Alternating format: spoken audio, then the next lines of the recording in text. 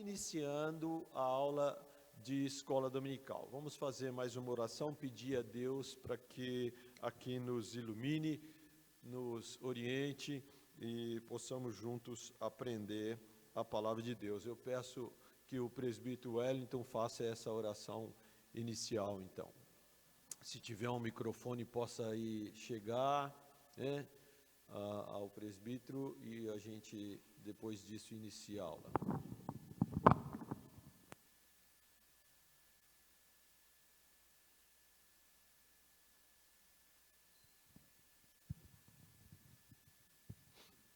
Pai Celestial, Deus bondoso, Deus que tem sustentado a Tua igreja, nós rogamos a tua direção, o Teu ensino, e que o nosso coração ele esteja sempre inflamado e desejoso em aprender a Tua palavra e em buscar a Tua presença.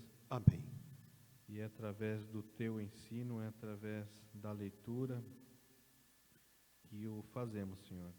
Obrigado, Senhor, pelos professores, pelos irmãos que prepararam as lições para a edificação da Tua igreja. O Senhor fale aos nossos corações e que o Senhor também sempre nos ensine e nos encoraje e renove as nossas forças para que tenhamos ânimo e que desejamos estar na Tua presença, crescendo em conhecimento, crescendo diante da Tua graça, e ajuda-nos também, Senhor, a praticar a Tua palavra. Abençoe a vida do pastor Eduardo na ministração e a Tua igreja que aqui está presente, Senhor. Amém. Em nome de Jesus, amém. Amém. Amados, nesse sentido, essa revista e qualquer material bíblico é um meio de graça. É um meio de graça. Ok, está gravando, eu esqueci aqui.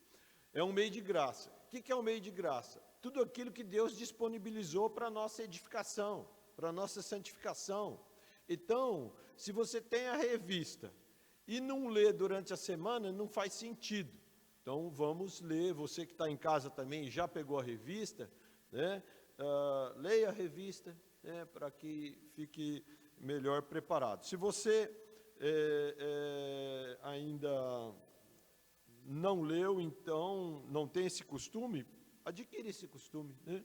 Durante a semana tem muito tempo, dá para fazer uma leitura 2, 3 na revista de escola dominical, para que você chegue aqui e possa até contribuir, né, com a aula, com o assunto. Ok, vamos lá então na nossa ministração de hoje. Está funcionando tudo aí, né? Ok. Então, nós estamos ao vivo, hoje dia 6 de dezembro. A nossa revista é a Bíblia que Jesus usava, né? Uma introdução ao Antigo Testamento. A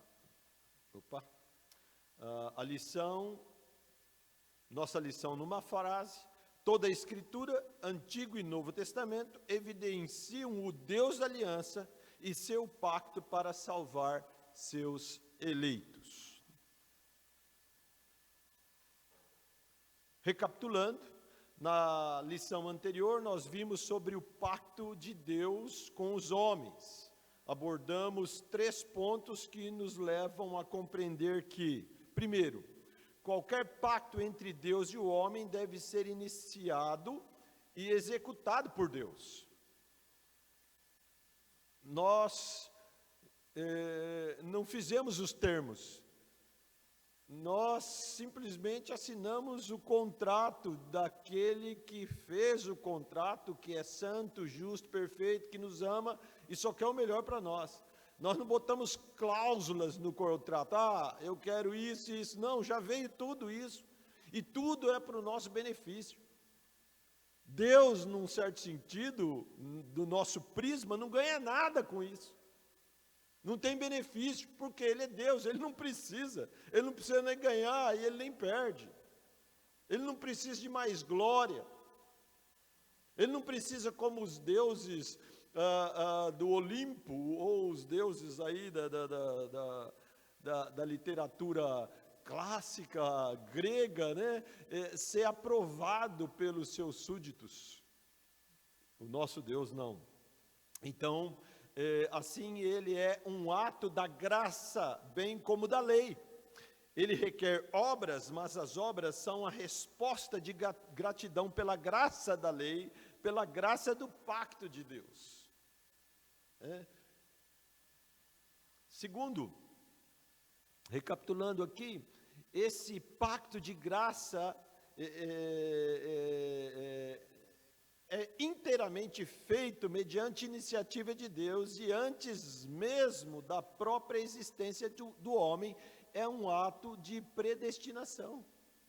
Lembra o exemplo que talvez nunca vocês pensaram que nós falamos aqui? Adão e Eva pediram para nascer. Adão e Eva pediram para ser criados. Adão e Eva pediram para existir, para serem colocados no Éden, para terem tudo que eles tinham, principalmente a imagem e semelhança de Deus. Eles não existiam, então tudo é graça, tudo é graça. E se não fosse um Deus gracioso nos seus pactos, nós não estaríamos aqui, nós não existiríamos. Terceiro, a incapacidade do homem em relação a Deus não veio através da queda, nem no estado da inocência na queda, ou no estado da graça e da glória, o homem tem qualquer capacidade de prestar algo a Deus por meio de obras, ou de merecer algum benefício. Por isso que é sempre importante relembrarmos, entendermos, mentalizarmos, trazermos para o coração os atributos de Deus. Quando a gente compreende quem é Deus, a gente vê que tudo que vem dele é bom e é graça.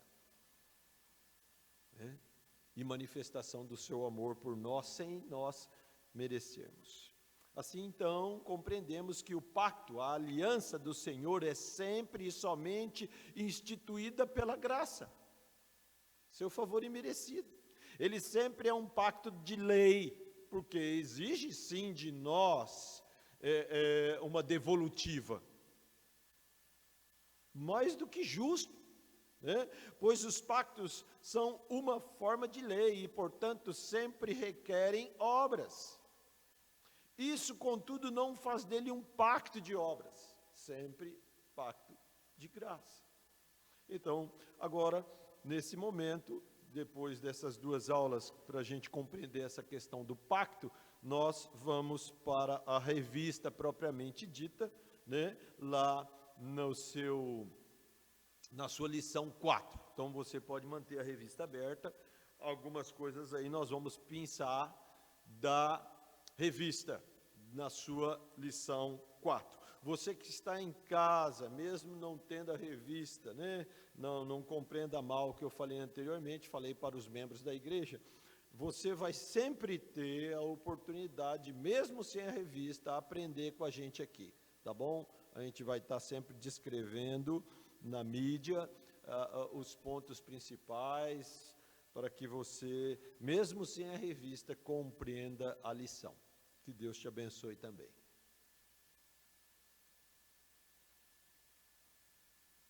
Ok, aqui o ponto 1 da revista, então. Já passamos a introdução, nessas duas primeiras aulas.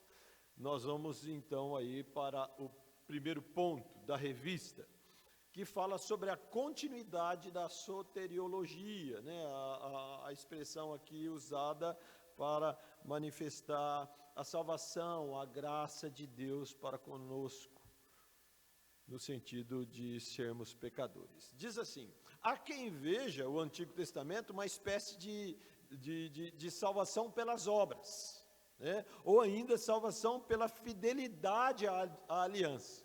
Então, numa compreensão de muitos ainda, vem o Velho Testamento, o Antigo Testamento, todas as vezes que a gente usar aí AT, Antigo Testamento, NT, Novo Testamento, como algo que só era salvo lá se fizesse tudo aquilo que Deus mandava, e não é assim, e nem ainda hoje.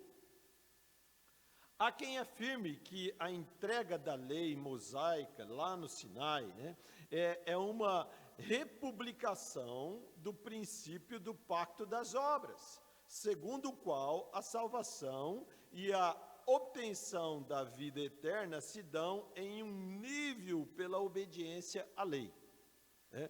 E nós vimos que não é assim, mas nós também temos visto, você que está aí numa carreira cristã um pouco mais de tempo, principalmente no Velho Testamento e até no Novo, como o povo de Deus se mostra sempre mais desobediente do que obediente, sempre mais errando do que acertando.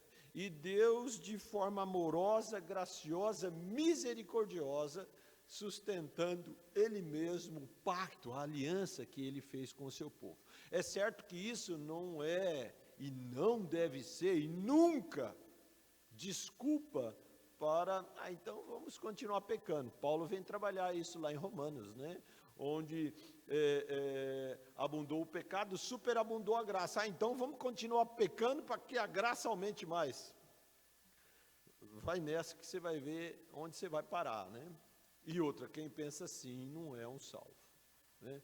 Vimos também na primeira lição a distinção e alguns pontos daqueles que são eleitos de Deus. Se você não lembra, está lá no canal da igreja, nessa primeira aula, assista, se você não assistiu, ou assista novamente, que você vai ver lá o que nós pontuamos daqueles que assim entendemos serem os eleitos de Deus. Não é só repetindo aqui alguns pontos. Amam a Deus, amam a sua palavra, e nela meditam de dia e de noite, e dela tem a sua regra de fé e prática. Amam os irmãos e a igreja, os filhos de Deus, os outros eleitos. Amam compartilhar a palavra com os perdidos, para que outros, assim como eles, sejam alcançados e salvos. E assim outros pontos que você também vai lá ver, se quiser, e relembrar. Mas isso não significa que, fazendo isso, eu vou ser salvo. Não. Por sermos salvos, sermos os eleitos de Deus, nós fazemos isso. E devemos fazer com alegria, com prazer, com dedicação, com perseverança.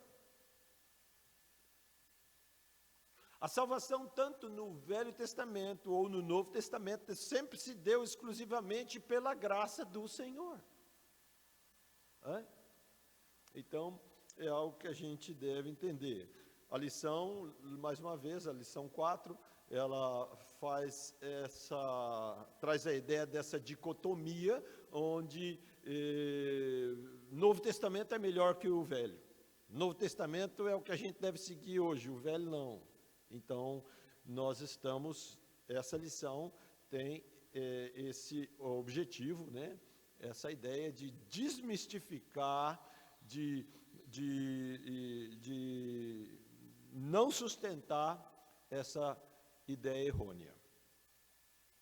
Romanos 4, 3 a 6, Paulo menciona dois exemplos do Antigo Testamento. Verso 6, ele menciona Davi, no Salmo 32, do verso 1 a 2, como alguém a quem Deus atribuiu justiça independentemente de obras. Aliás, se fôssemos pegar alguns pecados pontuais da vida de Davi, para condená-lo, ele estaria no inferno. Certo? Você deve lembrar de alguns pecados de Davi. Mas Deus assim atribuiu a ele justiça, independente das obras dele. E quem o Espírito Santo fez entender isso foi o próprio Davi, onde ele cita no Salmo 32. Anteriormente, no verso 3 de Romanos, cita Abraão, pois que diz a Escritura, Abraão creu em Deus e isso lhe foi imputado para justiça. Ele creu antes de fazer obras, ele creu antes das coisas acontecer, mas ele creu porque a fé é dom de Deus, vai nos falar Paulo mais uma vez lá em Efésios, capítulo 2, verso 8 e 9. Não vem de obras para que ninguém se glorie. Abraão creu porque Deus chamou. E Deus colocou à disposição dele crer. Por isso que no sentido ele é exemplo para nós e pai da fé. Porque foi o primeiro nesse sentido, num pacto, numa aliança direta, crer, obedecer. Só lembrando, Abraão era um ímpio, era um pagão, era um idólatra na terra de Ur. Daí ele tem que deixar sua terra, sua parentela, os ídolos e tudo mais, e ir para uma terra que Deus falou para ele, mas que ele não tinha nem noção geográfica de onde seria, o que seria. Ele é, sim, nesse sentido, o pai da fé. Diferentemente de Adão, né? Adão não precisou ter um pacto dele crer. Adão foi criado à imagem e semelhança de Deus. Adão já tinha tudo ali. Adão viu parte de tudo que Deus fez, parte. Né? Depois de ter criado tudo, ele foi o último, mas ele viu ali a mulher ser criada, ele teve a imagem e semelhança de Deus, ele tinha toda a sabedoria, 100%. Ele recebeu o domínio sobre tudo que foi criado. É brincadeira. Então ali não existiu algo pontual como Abraão, exceto o pontual que foi, tudo é vosso, Adão e Eva. Mas a árvore do conhecimento do bem e do mal, se existia um pacto ali de obras, e que também de graça, porque tudo ali manifestava a graça de Deus, foi esse, né? Uma simples ordem, uma única ordem. E é claro que seria fundamental segui-la, obedecê-la, coisa que quando os nossos primeiros pais, ainda com livre-arbítrio, não usou de forma própria. Né? E aí, por um homem entrou o pecado. Por um só homem todos pecaram. Né? Todos pecaram e estão destituídos da glória de Deus. O salário do pecado é a morte. Né? Essa é a má notícia. Mas a boa notícia é que o Senhor nos amou e também por um homem só foi dado a salvação a todos os que nele creem, o nosso Senhor e Salvador Jesus Cristo, né? Que pagou o preço do nosso pecado, o salário da morte na cruz do Calvário. Essas são as boas notícias. O argumento de Paulo é que não houve qualquer trabalho da parte de Abraão, nenhuma obra prévia como condição para que ele fosse justificado por Deus. Ao que trabalha, o salário é considerado como favor, e não é considerado como favor, e sim como dívida. Assim eu e você trabalhamos e recebemos. Mas ao que não trabalha, porém crê naquele que justifica o ímpio, a sua fé lhe é atribuída como justiça. É o que vai dizer o verso 4 e 5 de Romanos 4 que estamos vendo aqui. Gênesis 15, né, não há qualquer obra executada por Abraão para ele ser justificado por Deus. Gênesis 15 é o verso tema, o verso base da lição 4, para quem leu, relembra, né? Que vai falar sobre toda a vida de Abraão, que nós estamos aqui citando. O que temos ali é uma aflição do patriarca, né?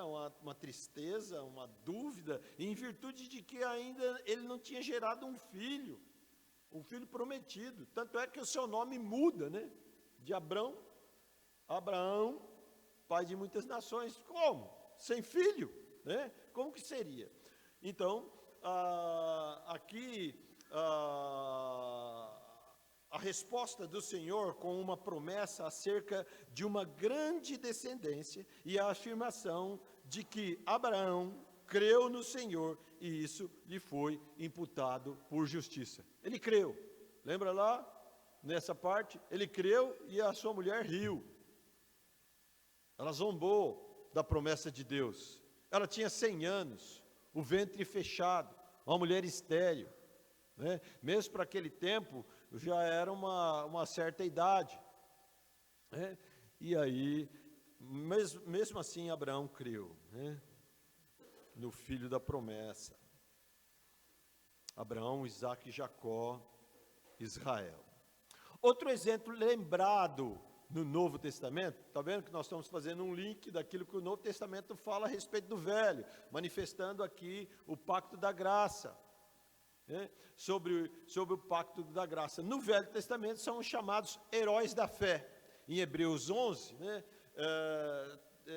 todos viveram sob o regime do Antigo Testamento, né, e sobre todos é afirmado que depositaram a sua fé, a sua esperança e confiança somente em Deus, como Abraão.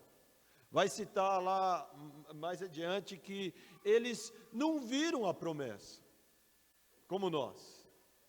Eles não viram, não aconteceu no tempo deles a promessa do Messias Redentor, que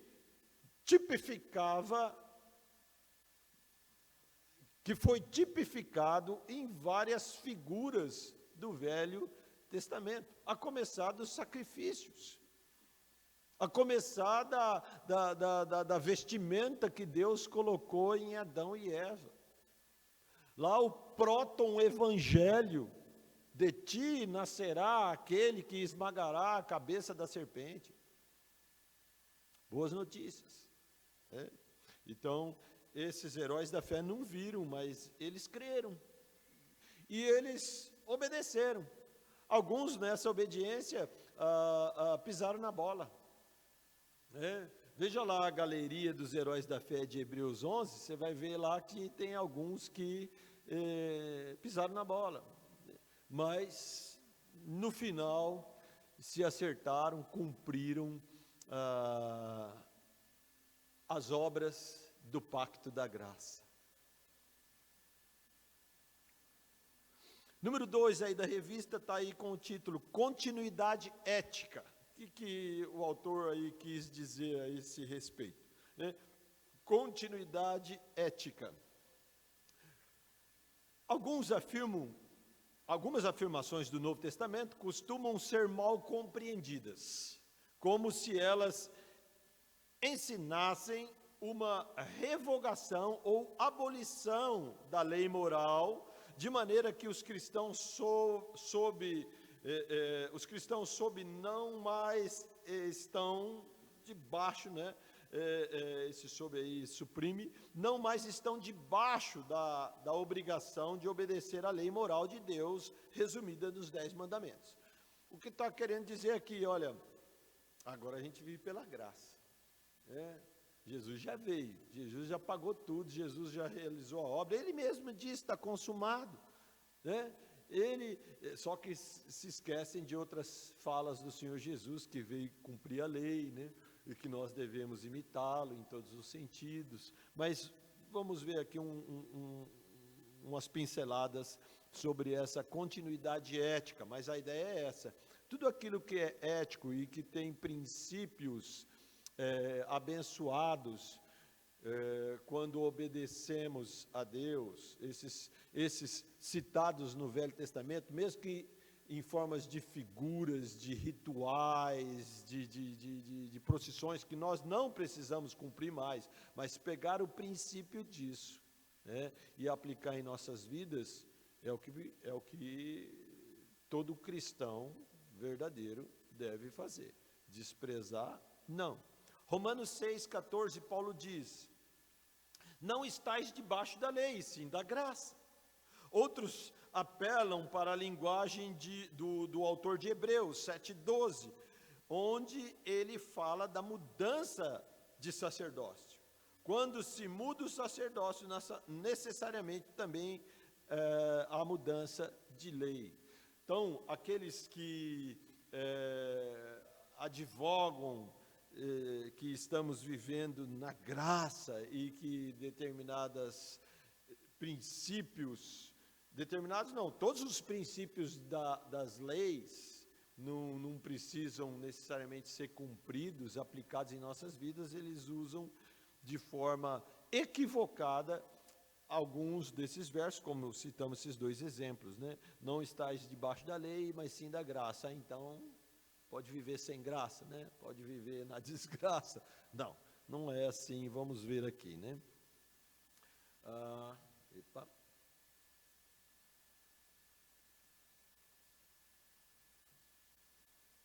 Vou ter que tirar isso aqui. Aqui embaixo.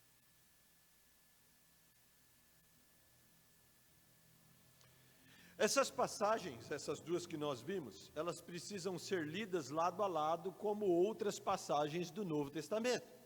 Como, por exemplo, Romanos 3:31. Anulamos a lei pela fé? Né? Paulo aqui perguntando. Não, de maneira nenhuma. Antes, confirmamos a lei. Olha que coisa maravilhosa, né? O crente, ele confirma as leis de Deus através de sua vida. Ele confirma a graça que o atingiu cumprindo as leis, obedecendo a Deus. Porque se de outra forma seria algo sem sentido.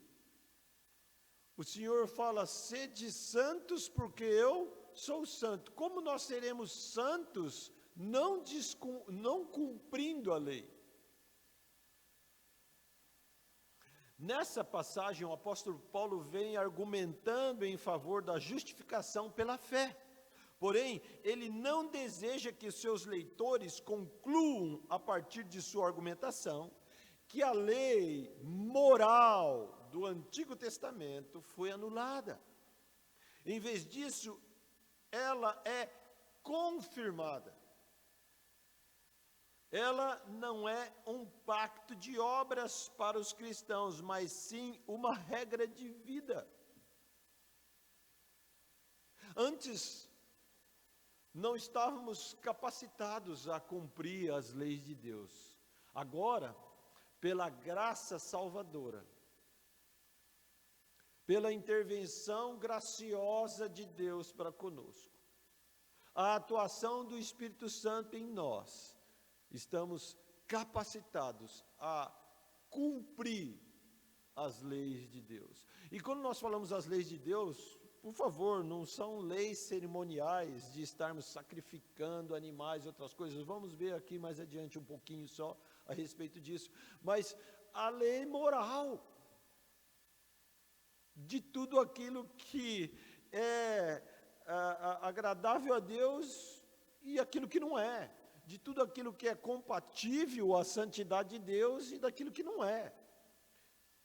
Então, o Velho Testamento, nesse sentido, vem nos ensinar muito, muito. Vimos recentemente aqui, se você não viu, reveja em casa, está lá gravado no canal da igreja, o livro de Levíticos.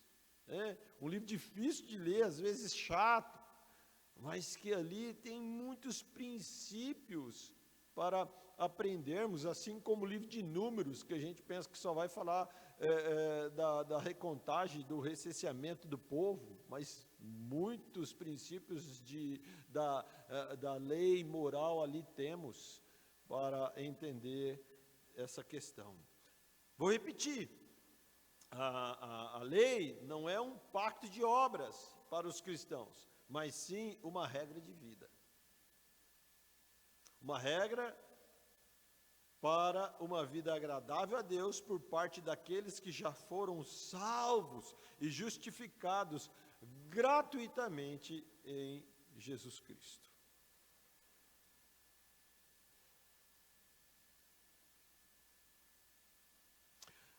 Até aqui, gostaria de saber aqui dos irmãos, e aí se você tem alguma dúvida, que possa ser dúvida daqueles que porventura estão nos assistindo, você tem alguma dúvida, quer falar alguma coisa a respeito, o microfone chega até você para isso ficar gravado também. E eu te identifico aqui, aí você vai estar no ar também. Deu uma pergunta? Ali, o presbítero Caio.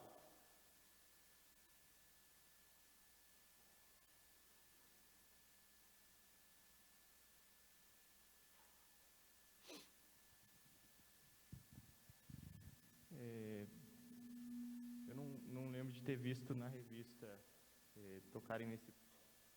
Mas... queria saber como que a gente insere aí nesse tema a questão da lei como um aio para nos conduzir a Cristo, já que o tema é continuidade e descontinuidade, né, entre Antigo e Novo Testamento.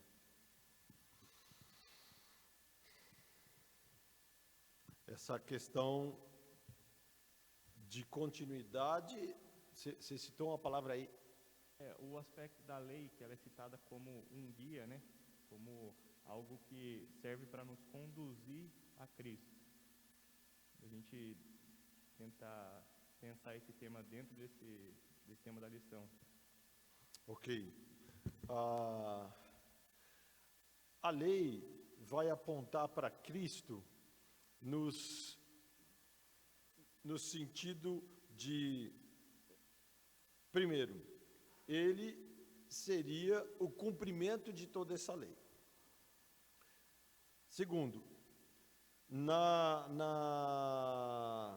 no Velho Testamento existiam os tipos de Cristo, daquele que um dia definitivamente iria redimir todo o seu povo. Então, essa ligação da lei que apontava para Cristo e essa lei que no Velho Testamento não se baseava, não tinha somente o Pentateuco, né, os 10 mandamentos para indicar a Cristo, mas também as leis cerimoniais, principalmente os sacrifícios, né, a função do sacerdócio e todas aquelas questões eram figuras para o povo do Velho Testamento daquilo que viria, mas eles não tinham a ideia que hoje nós temos, de que tudo aquilo, de uma forma escandalosa, não mais de sombra, realmente apontavam para Cristo. Mas para eles era uma questão de fé sem ver, né? E sem também muitas vezes compreender o todo como seria. Eu fico pensando, depois do pecado de Adão e Eva, né? Será que eles entenderam? De ti, mulher, nascerá aquele que esmagará a cabeça da serpente. Uma indagação que eu nunca fiz para mim mesmo, para tentar entender se eles entenderam. Estou aqui meio que indo para a área da ficção, mas tentando te explicar e responder essa pergunta do que a lei, ou do que os decretos de Deus, porque nesse caso de Adão e Eva foi um decreto, não foi uma lei, né, apontavam para o Cordeiro. Então, o Velho Testamento, nesse sentido, e as leis que nele contém, hoje, para nós que temos toda a Bíblia, apontavam, podemos dizer que apontavam escandalosamente para o Senhor Jesus Cristo. Isso é maravilhoso, né? Talvez lembrando, fazendo uma alusão, uma ligação com Gálatas, e agora não precisaria o endereço, mas diz que o Senhor veio quando? Na plenitude dos tempos. Num contexto imediato de Gálatas, a plenitude dos tempos era que a terra, naquele momento e naquela região, naquele lugar onde o Império Romano dominava, estava totalmente adequada e preparada para Jesus vir, né, uma língua só, estradas, policiamento, lei e tudo mais, mesmo com o povo debaixo de escravidão, mas estava adequada para a volta de Jesus. Mas pensando atrás, né, foi um tempo onde a multiforme, que também é citado em Gálatas, a multiforme sabedoria de Deus se deu mais clara, mais visível do que antes existia, né, na vinda do Salvador. Então, nesse sentido, todas as leis, todos os cerimoniais, todos os sacrifícios, todos os decretos apontavam para o Messias, né? Quem trabalha muito disso, vocês sabem, né, pelo menos os dois irmãos, é o Dr. Van Groningen, né, no seu livro Revelações Messiânicas, né? Eu não sei como que ele consegue achar cada versículo, cada parte da Bíblia, botando o holofote em Jesus Cristo. Maravilhoso, né? Nós desligamos aqui sem querer o projetor, vai voltar aqui, eu preciso voltar por aqui, deixa eu tentar, né? Só nos dê um tempo aqui. Aqui, ó, vai ligar já.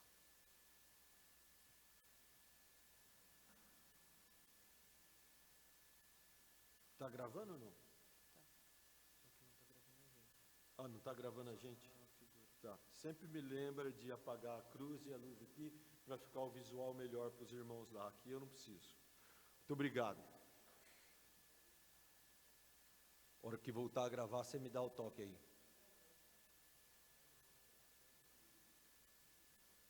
Ok. Vamos lá. A lei moral é o padrão divino adequado para regular a vida cristã. Na essência do pensamento reformado a respeito do uso da lei moral, está a convicção de que ela não foi dada ao homem com o propósito primário de servir-lhe como um caminho de salvação, mas como um instrumento para regular sua comunhão com o Senhor Deus. Não há indicação no Novo Testamento de descontinuidade nesse sentido. Olha que bacana aqui, né? Vamos pensar no que foi dito aqui. É um instrumento para regular a nossa comunhão com Deus. Como é que eu e você podemos dizer que temos comunhão com Deus se a gente não vive em obediência a Ele? Não é um contrassenso? Simples assim. Oh, eu tenho comunhão com Deus, eu me relaciono com Deus, eu amo a Deus. Você obedece às suas leis, seus mandamentos, seus princípios, seus ensinos, você as pratica, você as compartilha, você as ama.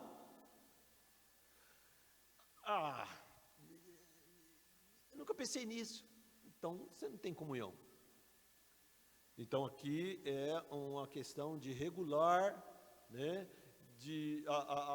Vamos pegar o regular aqui e tentar também trazer alguns sinônimos no sentido de mostrar para nós mesmos, não para Deus, Deus não precisa, Deus sabe tudo, todas as coisas, sabe o que está no íntimo do nosso coração. Nós até podemos praticar e de forma estética nos mostrar cumpridores da lei, mas lá no fundo não o somos, Deus sabe, né? Mas aqui é algo para ser como uma luzinha, verde ou vermelha, né?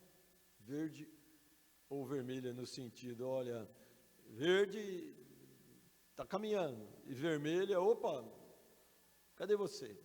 É certo que se a gente for pensar só pela graça, a gente consegue aí momentos da luzinha verde. Vamos lá.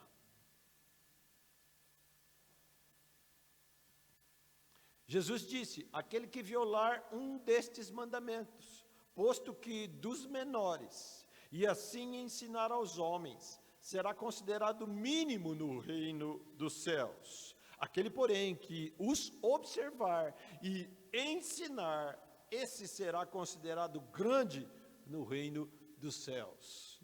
Parte do início lá do Sermão do Monte, Mateus capítulo 5, já vimos isso nos sermões expositivos de Mateus. Eu faço uma pergunta: você quer ser um nanico no reino dos céus? E essa não é pergunta da turma que gosta de poder espiritual, não, isso é uma pergunta sincera, é uma pergunta bíblica. Você quer ser um nanico ou você quer ser um grande no reino dos céus e para o reino dos céus? Quer ser um grande? Observe e ensine.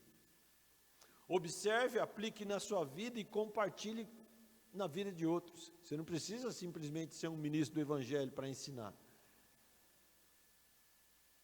Você quer casar, tem filhos, pensa aí nos seus, pensa no seu cônjuge, nos seus filhos. Você que trabalha num lugar, pensa aí em tantos colegas de trabalho que tem lá na sua companhia, nas suas amizades, nos seus relacionamentos. Sabe onde muito pontualmente os cristãos estão negligenciando a fé e pecam? Em compartilhar a palavra de Deus, deixando isso somente para missionários e evangelistas, porque o pastor no sentido é aquele que também faz isso, mas é aquele que está para edificar os santos. Necessariamente ele não é aquele que tem que sair por aí pregando o evangelho. Para isso tem os evangelistas, os missionários. Mas nesse sentido, todos os cristãos, membros de uma igreja, vivendo numa sociedade, mesmo que hoje restrita por essas mentiras que se falam aí, nós somos aqueles que deviam ser, eu gosto sempre dessa figura, outdoor, sabe aquelas figuras de filme, aqueles caras na rua assim, com a placa assim, Jesus está voltando, Jesus está voltando. Nós devíamos ser, e somos, isso que é o pior, expressões vivas do Cristo vivo.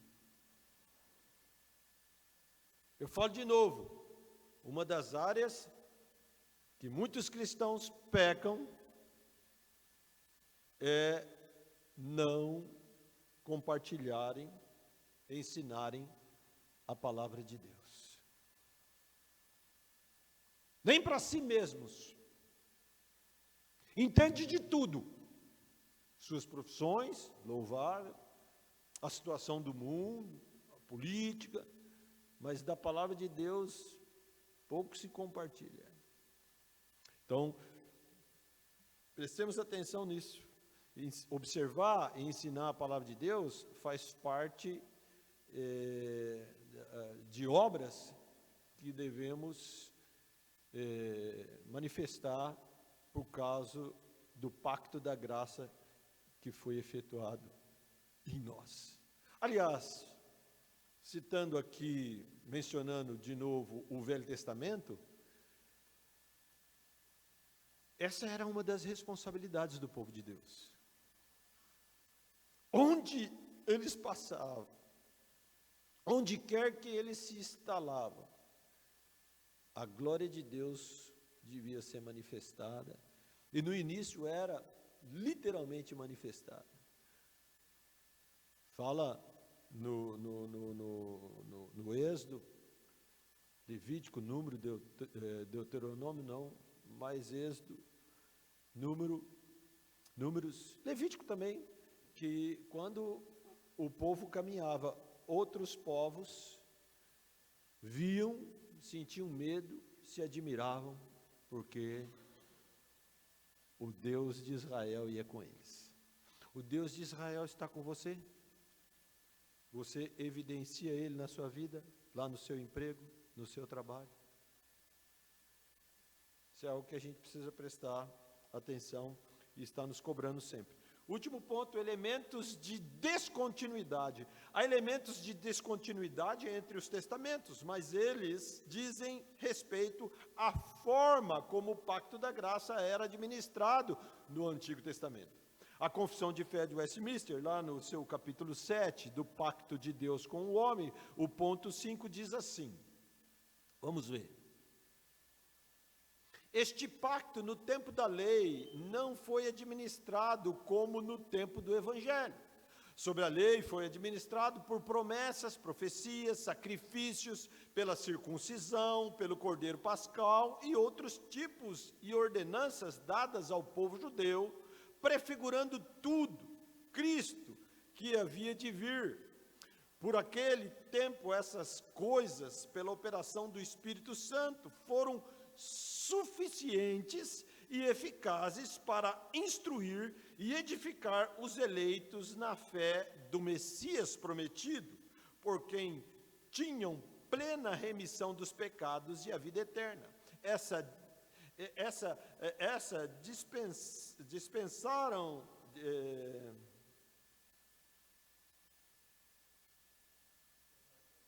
será que é isso? Essa dispensação chama-se o Velho Testamento.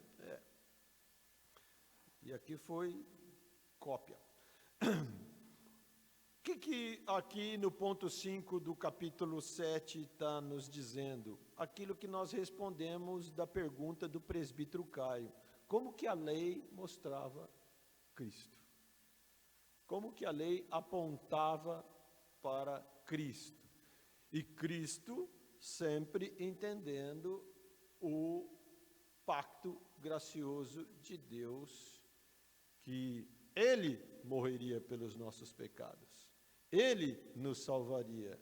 Então não seríamos nós que iríamos morrer, não seríamos nós que deveríamos realizar as obras para sermos salvos, mas sim Ele. Sempre um substituto, assim apontado no Velho Testamento, que descrevia aquele cordeiro pascal, aquele cordeiro do sacrifício, aquele bode, cordeiro, animal expiatório, aquele cujo o homem, o maior homem que a terra já teve, citado este pelo Senhor Jesus Cristo.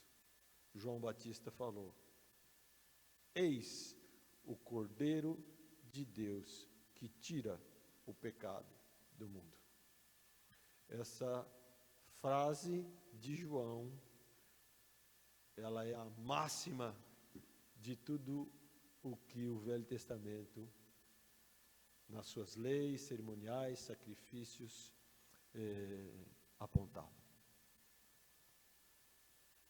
Encontramos no Antigo Testamento cerimônias prescritas ao povo de Israel, como dietas alimentares, festas religiosas e rituais de purificação, que não mais estão em vigor, uma vez que todas elas se cumpriram em Cristo. Por exemplo, os animais que os judeus eram proibidos de comer, Marcos 7,19, encontramos a afirmação de que considerou ele, Jesus, puro todos os alimentos. Também encontramos no Antigo Testamento inúmeras prescrições quanto a sacrifícios e holocaustos que deveriam ser oferecidos diariamente. Em Hebreus 10:4, o autor afirma que é impossível que o sangue de touros e bodes remova pecados.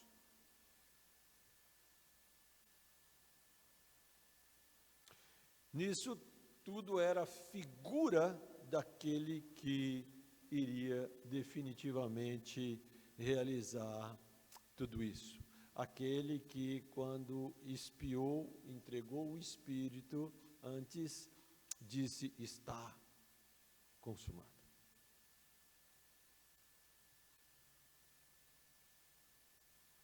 O sangue derramado no Antigo Testamento nunca foi eficaz quanto à remissão dos pecados. Eram sombras do que viria. Foi necessário que Jesus oferecesse o seu sangue puro e sem mácula para que o pecado fosse expiado. Por essa razão, o autor de Hebreus declara: Jesus, tendo oferecido para sempre um único sacrifício pelos pecados, assentou-se à destra de Deus. Suprimindo aí, porque com uma única oferta, aperfeiçoou para sempre quantos estão sendo santificados. Daí, nós somos justificados e estamos sendo santificados. Quem não demonstra, aí fazendo aí um trocadilho, pacto de obras, pacto de graça, quem não está demonstrando, vivenciando, apresentando santificação na vida, não foi justificado.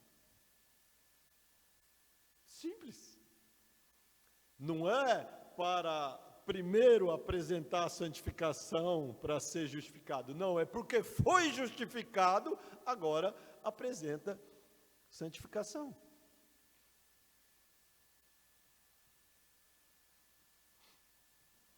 É por isso que não sacrificamos a Deus em nossos momentos de culto. O único sacrifício apresentado agora é o sacrifício de louvor, que é o fruto de lábios que confessam o seu nome. Conclusão, temos no Antigo Testamento a revelação do Evangelho da graça de Jesus. É verdade que essa revelação progride, aumenta à medida que caminhamos para o Novo Testamento. Contudo, é perfeitamente possível ler o Antigo Testamento e encontrar nele o puro evangelho da graça. O Cristo prometido é prefigurado, tipificado, a justificação pela fé somente. Foi esse o livro por meio do qual tantos santos mencionados no Novo Testamento foram evangelizados. Perguntas? Como você lê o Antigo Testamento? Alguma vez, ao lê-lo, você teve aquele estalo e disse algo como: é o Evangelho, olha aí, é a graça. Você percebe a importância da continuidade entre o Antigo e o Novo Testamento?